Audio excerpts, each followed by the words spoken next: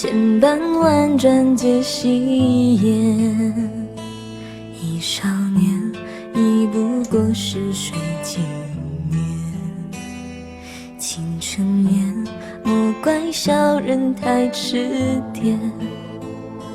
闲吟片戏字，多情缘。皆遇皆化在今年。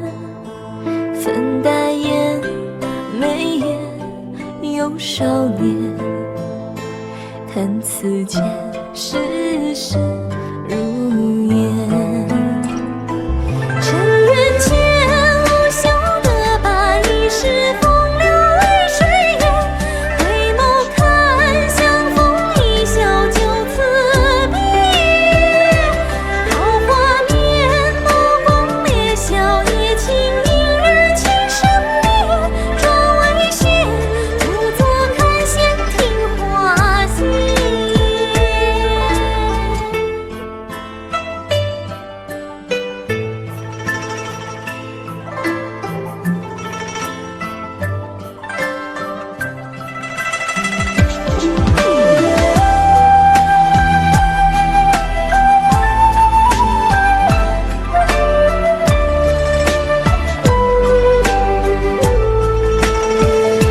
是诛仙，千般流连是风月。望人间，千般婉转皆戏言。忆少年，已不过是水经年。倾城烟，莫怪小人太痴癫。闲吟片戏字，多情缘。皆遇皆化在今年。粉黛眼，眉眼有少年。弹此间，世事如烟。尘缘间，无休的把一世风流为水烟。回眸看，相逢一笑就此别。桃花面，眸光烈笑，夜情影儿情深灭。转为仙，独坐看闲庭花谢。戏如人生，却怎堪一世风流为水烟。回眸看，相逢一笑就此别。桃花面，眸光烈笑，夜情影儿情深灭。转为仙，独坐看闲庭花谢。转为仙，独坐看闲庭花谢。转为仙，独坐看闲庭花谢。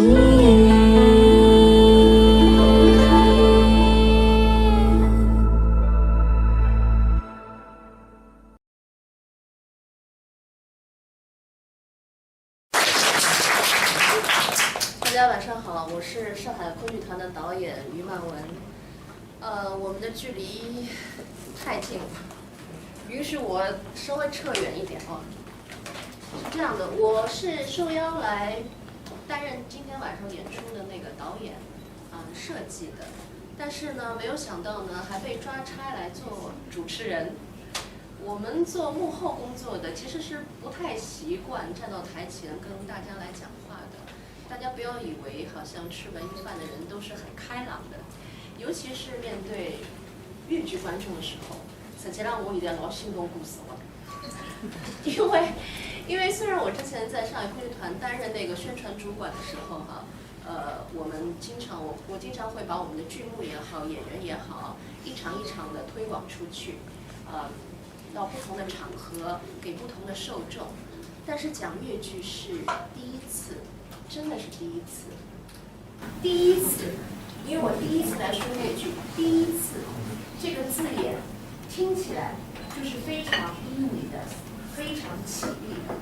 让人会联想起很多豫剧故事里面的萍水相逢的一见如故，不问朝暮的舍生忘我。像那些故事里一个又一个闺阁女子爱与哀愁的报之以歌。养在深闺人也识，这就是李氏干父。所以呢，从一开始的时候呢，我就给这场演出定为闺秀。尤其今天晚上唯一的主角啊，上半场最重要的主角李旭丹。好。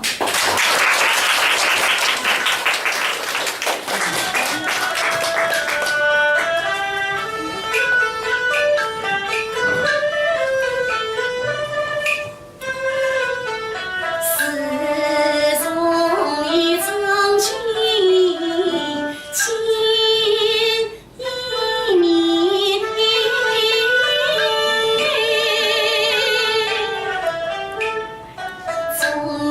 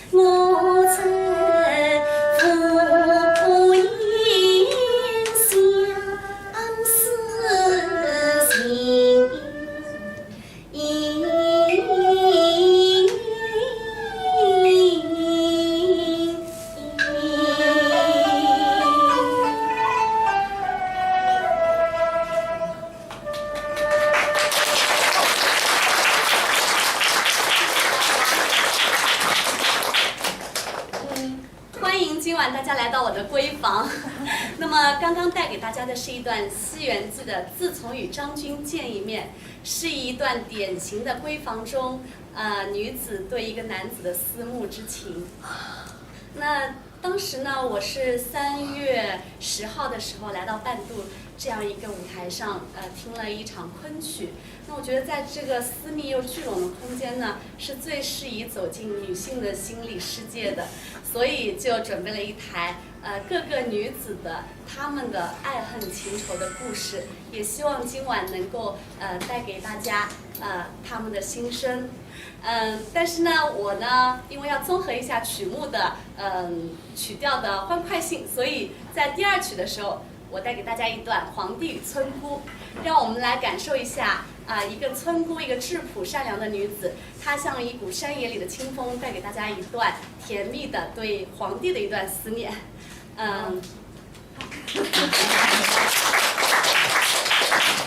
这个布兰是他们的定情信物，所以带给大家一段3年来，谢谢。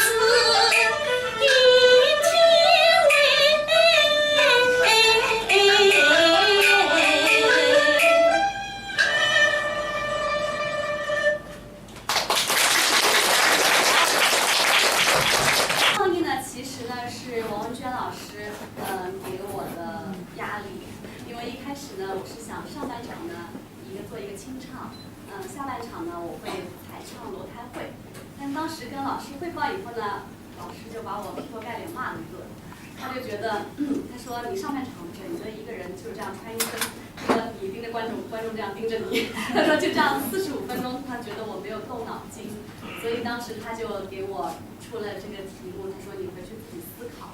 那么他是给了一些建议，他说《春香传》的话，你可以照线舞蹈；甄嬛的话，你有一些口试的变化，然后黛玉文稿会有但是老师说起来很容易，要在台上执行跟很短的时间当中变装是一个很困难的事情，所以当时我就跟导演还有我们的新会一起讨论应该怎么能快速的，就是能够有变化。所以呢，下面就会带给大家这3个人物的层次的变化。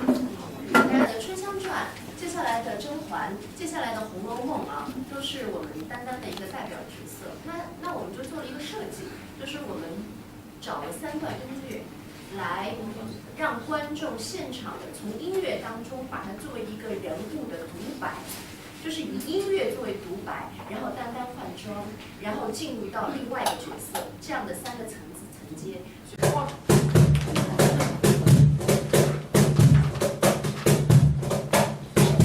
这是阿里郎。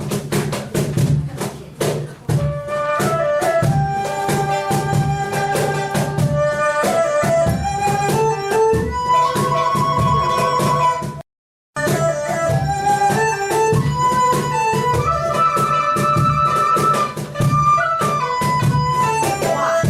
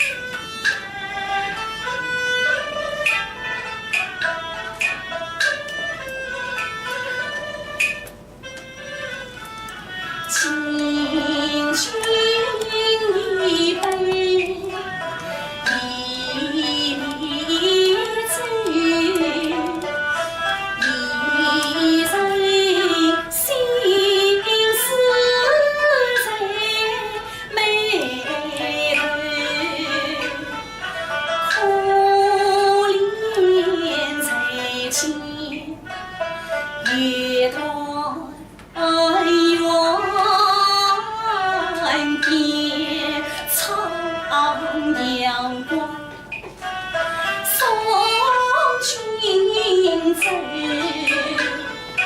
从今儿千里云千里不该风雨不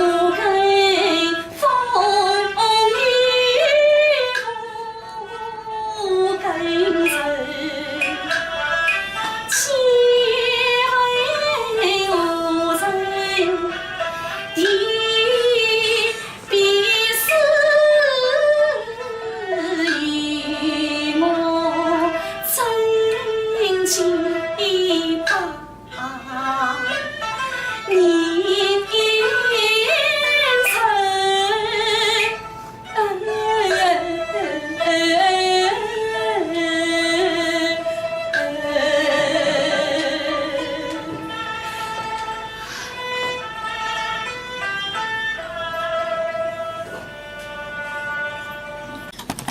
钢琴演奏刘庄。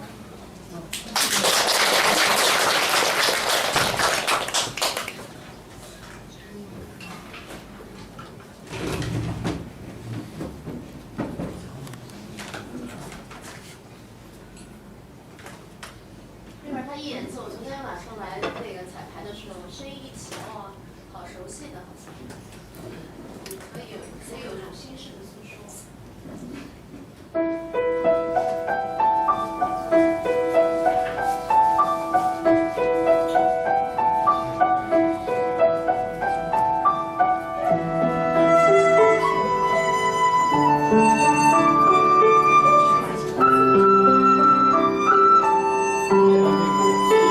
谢延前。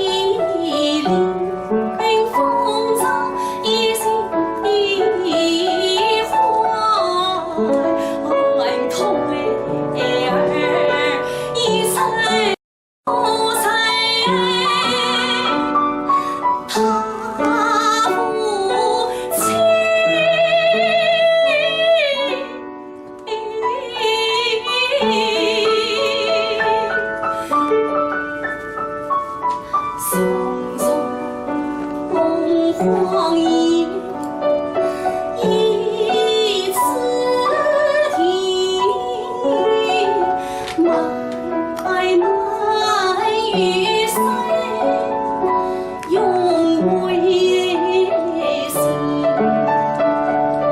背起了共生共死晒黑白，苦为了青草层里鸟的抛下了你走不去人因心啊，错了古怪仙子回头人，缘情啊，情不的外谁你去。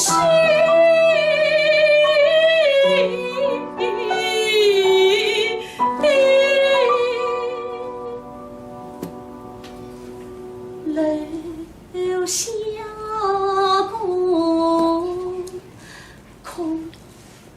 空皮囊思谁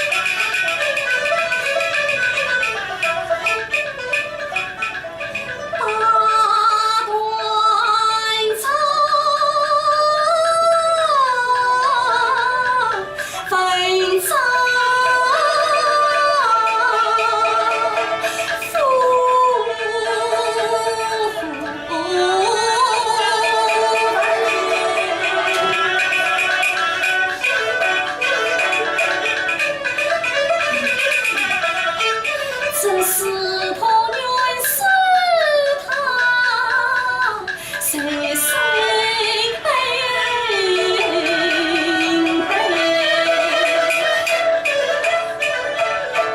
才为我刻骨多少情？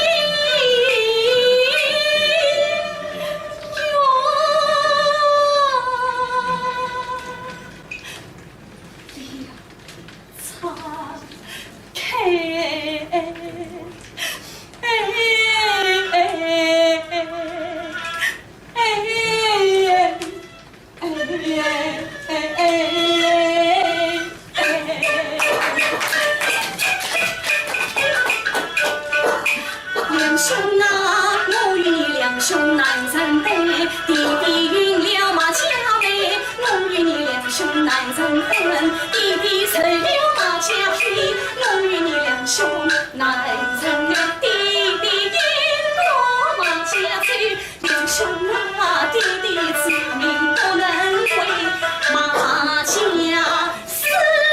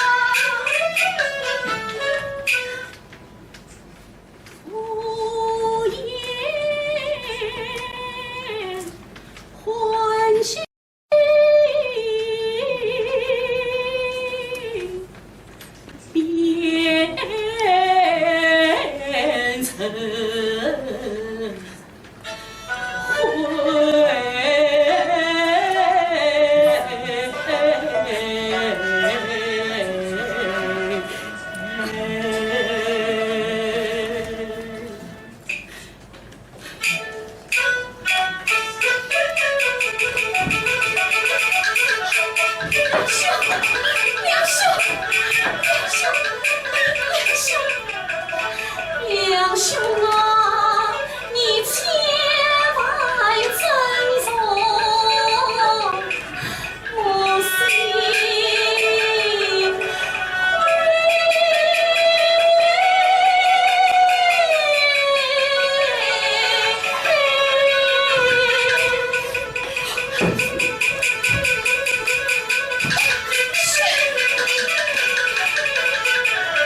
两兄啊，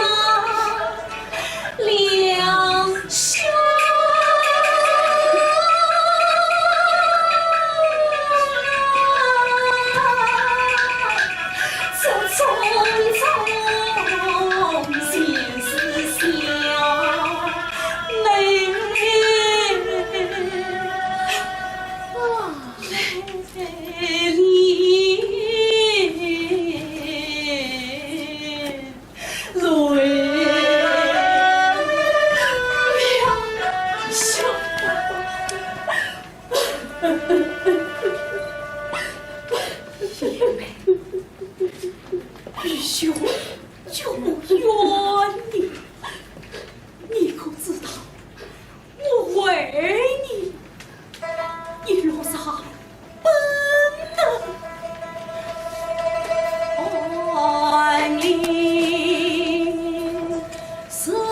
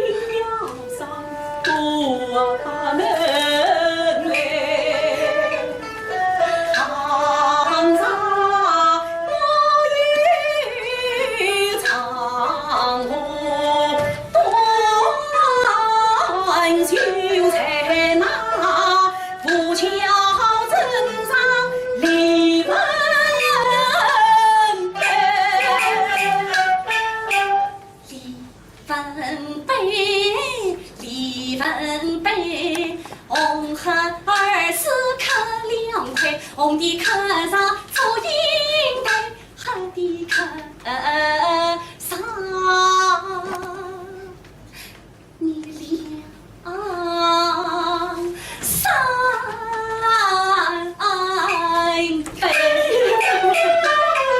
我与你相见夫妻不能配，连兄妹我就是死有缘，你不问悲。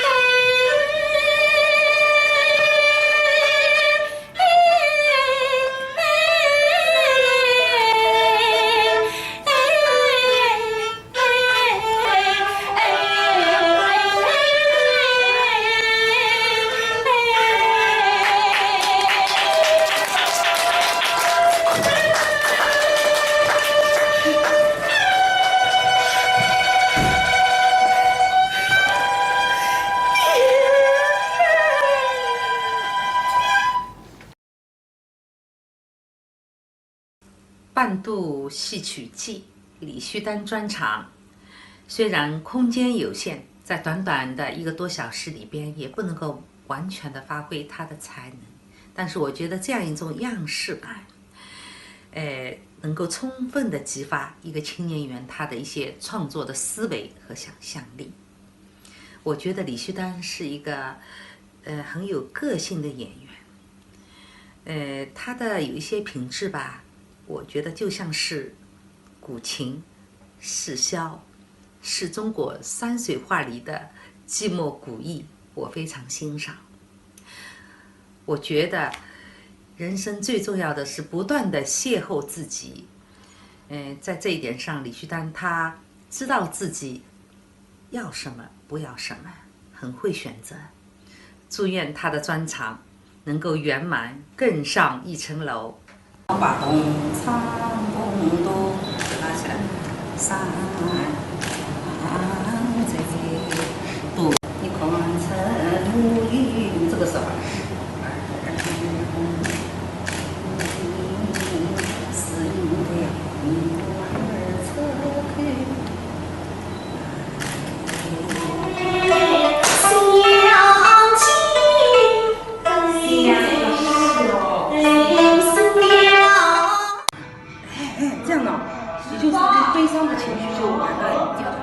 小一点嘛，地方噔噔噔噔噔，滴答噔，哒滴答哩答噔噔噔噔噔，滴答噔，叮哩哩答，就这样走，哒哒哒哩答噔。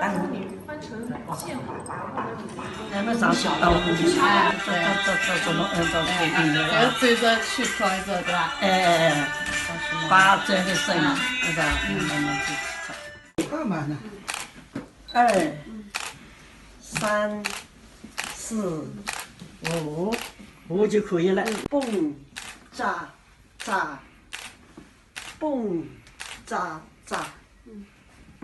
哎，对了，哎，侬跑了一棵树，那么音乐起来就唱。好，站起来侬要难过了以后再看看这电视，再想一想，心里老难过，再弄过去。好，他一弄一看，那么侬也穿上去，对吧？衣裳穿好以后。侬觉着头脑还有一桩么事？对吧？这次冠秀专场，你演出，我祝侬成功。小佳老师，你每一个动作，每一支个感情，还是要认真对待，不要认为这是一个唱段，一个小的片段，不能马虎，知道吧？小佳老师，我也努力了。好的。我觉得这一次是因为我们院团的引导给了我很大的支持，还有我的老师王荣娟老师、王志平老师给了我很大支持。所以对。然后最早呢，其实呢，我是没有想做的这么复杂的，是因为我觉得也很感谢伴读平台做的这次戏曲季，让我得到了很好的学习。因为我3月10号来看了一场无双罗成曲的第1场演出，然后给了我很大的震动。我回去以后把我的所有的剧目单全部换过，所以剧目单换过4次，这是第1次给我的压力。当时其实我是想跟大家做一个类似沙龙这样子，但没有想到他们那么优秀，所以我觉得金昆的演员值得我们学习的太多，无论从声腔上还是讲话的艺术、文学的修养方面，都是值得我们去学习的。所以我换了我的第1批剧目，因为如果要牵涉到讲的话，它就需要有主题。后来才有第二单剧目。第2单剧目以后呢，我就觉得这个场景呢，特别像一个私密的空间，但它是很适合诉说心事的，所以我就把它换成了闺房。那就要感谢曼文，先是我跟他谈了我的想法，然后他说非常好，然后他就取了这个名字，然后帮我一起策划。然后第2呢，要感谢我的搭档缇娜姐，然后因为他跟我说下半场如果楼台会我们唱整出呢会有点长，那他说我们从1半开始。他说你不用担心，到时候会冷场，只会长不会短，所以我就很信任的把下半场交给他了。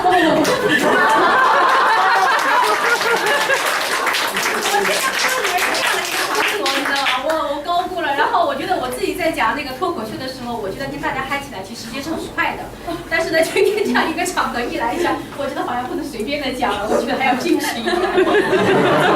但是我觉得丹丹是蛮有魄力的，如果让我做这样一个演唱会的话，我还是有点紧张的。我是无知者无畏，因为后来这是我说过第1次让我回去失眠了，然后我就觉得自己好像太草率了，就是太轻易接了这个。那我换了剧目单以后呢，我又去给因为前面都在巡演嘛，就是在吴涛在外面，然后巡演回来给了我们王娟老师看了剧目单以后，他当时就急了，他说你怎么敢接这样子没有话筒的演出，而且是清唱？他说连我都未必会接。他说因为粤剧的话做这种形式非常的少，然后相对于来说往派的唱段又平一点。他说如果你不去动脑筋的话，肯定会失败。然后我就说老师，我已经动脑筋，我下半场学了新剧目。我觉得我已经很辛苦了，因为我要学一个完全新的剧目，然后还要去这个磨合乐队嘛。然后老师说，那你上半场你就不动脑筋了吗？他说你只押宝在，我说我上半场押宝在《红楼梦》，下半场押宝在《梁祝》。他说你光这样就行了，那其他剧目呢你就不去考虑吗？他说必须你每一个剧目都要有自己的性格想法。他说就像他塑造每一个人物这样，演戏要讲究不能将就。所以这是我第2次认为自己接这个场演出给我的压力，然后回去就失眠了。第2天8点钟我就打电话给老师换了曲目，他说侬哪能上做哦他了啦？他说你不要压力太大，他说你慢慢想好，他说可能酷一，然后就黄志平老师，然后帮我一起想刚刚你们看的甄嬛的那个头冠，他说不要太传统凤冠，类似欧洲的皇冠这样子。那我觉得老师们都是给我各方面的建议，然后我就很快的去吸收，包括披风我也是自己去定制的，然后前半场的服装都是自己去找的。我觉得是一个很好的自我探索过程。再一个我就是非常感谢我们乐队的同事们，因为当时有这个变装环节以后，就要给到他们难题了，然后他们需要共同的帮我一起完成我的这个变装环节。所以当时我就跟我们乐队的几位同志，然后我们聊，然后给我们的赵芷挖了一个大坑，然后当晚上，因为他们那段时间都在排那个复排专场嘛，很繁忙。然后我们聊完以后呢，他们在排整戏，我们就把意见丢给了赵斌，然后全部交给他，连夜要创作好，因为我们排练时间只有1次连排的合乐。然后第2天他就跟陈俊贞一起把曲谱出来，我们走了一遍，然后远程发给我们在北京的大导曼文，然后导演一锤定音说非常好，所以才有今晚的呈现。还有我们幕后的2位刘新慧，就是造型、服装就是化妆都是她，还有一个服装是裘凯文，他们都给了我很多的帮助。所以我觉得越剧呢，为什么我会做这样一场演出？它不同于其他剧种，它是一个综合艺术的体现，就在我们的每一个部门、每一个环节，它都是有亮点的。所以我希望带给大家的是一个整体的一个越剧的美感，希望大家喜欢。那我建议大家把我们的鲜花献给我们的乐队长。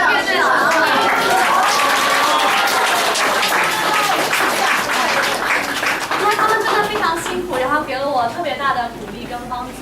我形容这场晚会是我为大家烧的一场私房菜，因为它是限量定制的，但是匠心独具的，每一道菜都是我自己烹饪的。我希望大家喜欢，因为这是属于不丹的味道。谢谢。